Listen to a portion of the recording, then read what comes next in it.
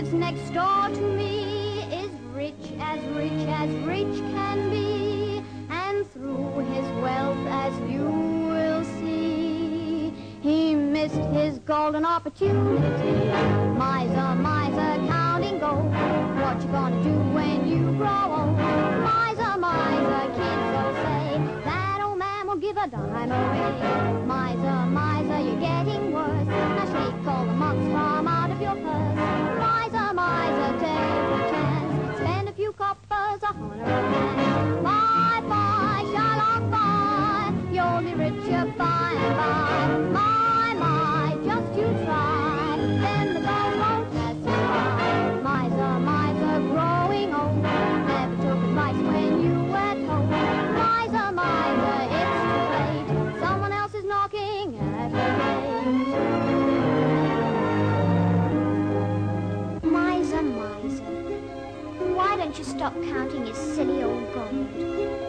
Don't you know that there are more important things in this world than money?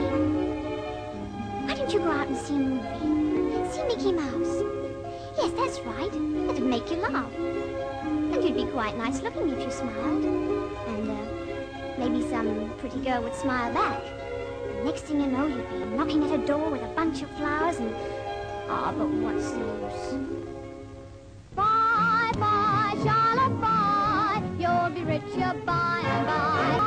My, just you try. Then the girls won't pass you by. Miser, miser, growing old, never took advice when you were told. Miser, miser, it's too late, someone else is knocking. Can't you hear the knocking? Oh, you missed your chance, big romance, someone else is knocking at your gate. Miser, miser, you're too late.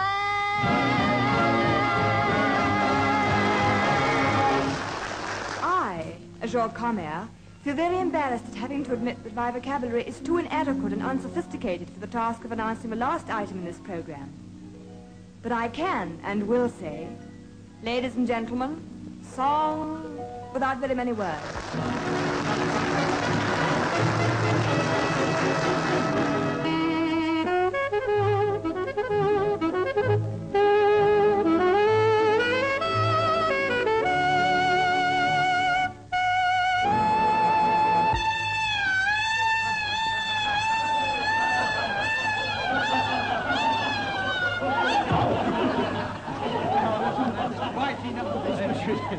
Yes, well, don't stand there sniffing. Use your handkerchief. Haven't got one. Yes, you have. Everybody's got one. Don't talk so.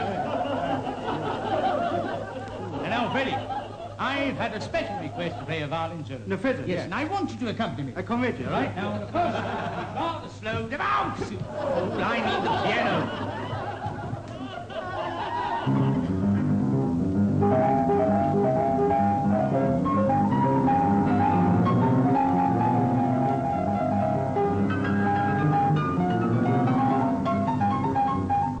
Finished? What do you mean finished? I haven't started yet.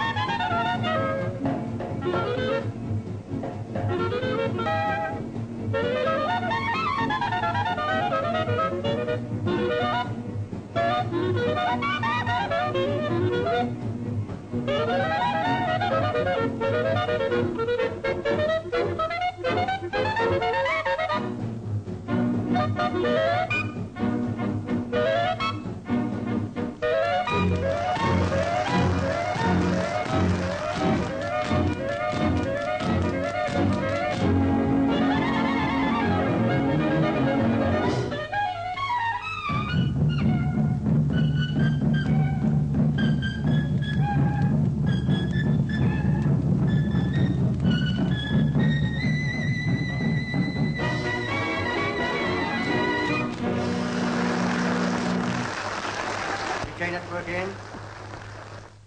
Rating 10. Queuing OB5. Now that we have built the television house, let us hear from the kitchen what Alan Jarvis of the Council of Industrial Design has to say this week. We have gone into the planning of the interior spaces, the shapes and placing of the rooms. Now we're going to consider the choosing of the household furnishings and equipment which will go into them.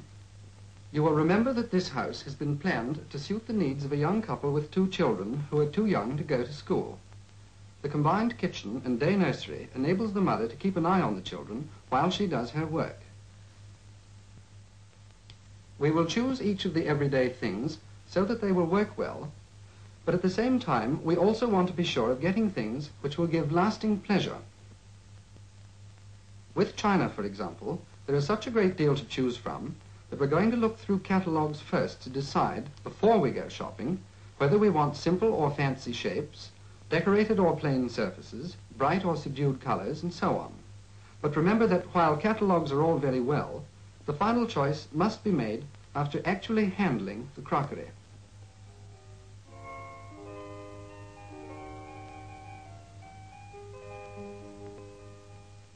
Now, my dear Lady Teasel, if you would but once make a trifling faux pas, you can't conceive how cautious you would grow, and how ready to humor and agree with your husband. Do you think so? Oh, I'm sure of it. Death, you blockhead. I beg your pardon, sir, but I thought you would not choose Sir Peter Teasel to come up without announcing it. Sir Peter? Sir Peter? Lord, I'm ruined. I'm quite undone. What will become of me? Oh, mercy, sir, he's on the stairs. I'll get behind here.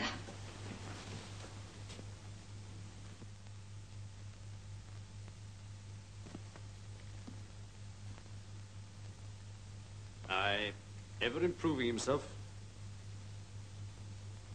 Mr. Cephas?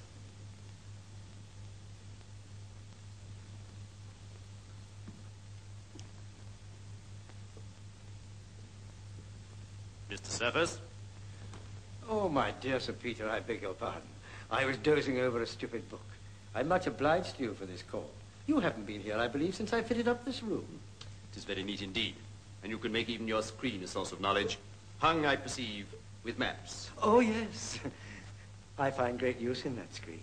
I dare say you must, certainly. When you want to find anything in a hurry. Aye, or if I want to hide anything in a hurry either. Well, now we are alone. There is a subject, my dear friend, on which I wish to unburden my mind to you.